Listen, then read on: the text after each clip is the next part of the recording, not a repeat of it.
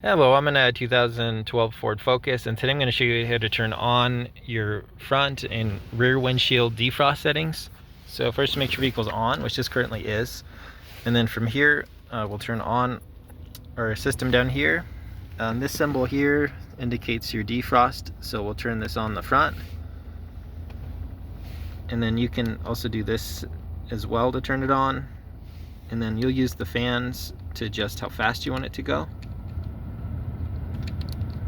And then your temperature up or down. You might have the AC on for this if, say, it's a little bit humid and you want to pull some moisture out of the air so this doesn't fog up. And when you're done with the front, you can just turn this whole fan system off. And for the rear, it just should be this one here, which is now on. In the rear, rather than a fan, if you can see these black lines, those are a heating mechanism. So when the defrost is on, it's activating those heating mechanisms so it'll melt any ice. And the same thing, when you're done with that, just turn it back off. But I hope this was helpful. Hope you have a wonderful day.